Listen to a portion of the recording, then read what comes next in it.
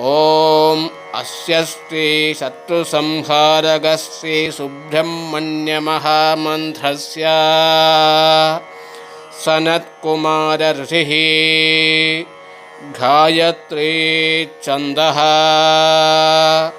सकलशत्रुसंहारकप्रदः सुब्रह्मण्यो देवता ध्यानम् स्फुरन्मकुटपत्रकुण्डलविभूषितं चम्बकस्रजागलितकन्धरं करयुगेन शक्तिं पवित्रं दधानमथवा करीकलिधवामहस्तेष्टधं गुहं गृणुरभासुरं स्मरतु पीतवासशोभम्। ॐ श्री सुब्रह्मण्याय नमः। ॐ श्री सुब्रह्मण्याय परमगुरवे नमः। ॐ श्री सुब्रह्मण्याय गुरूणां गुरवे नमः।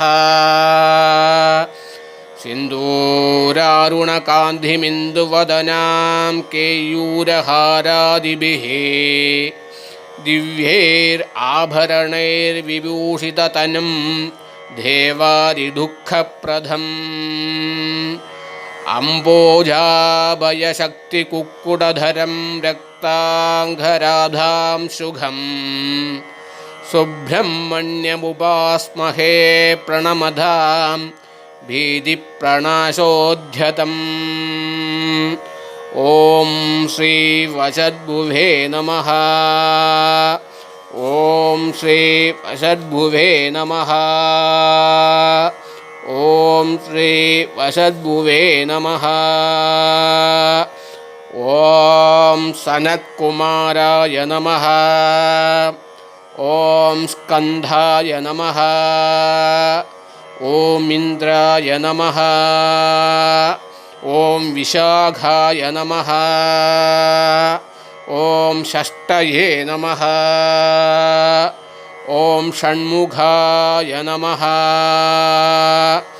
ॐ सनत्कुमाराय विद्महे षडाननाय धीमहि स्कन्धप्रचोदयात्।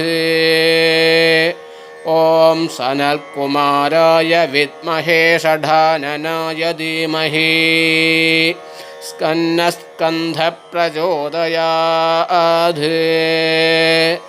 ॐ सनत्कुमाराय विद्महे षडाननाय धीमहि तन्नः स्कन्धप्रचोदयात्। ॐ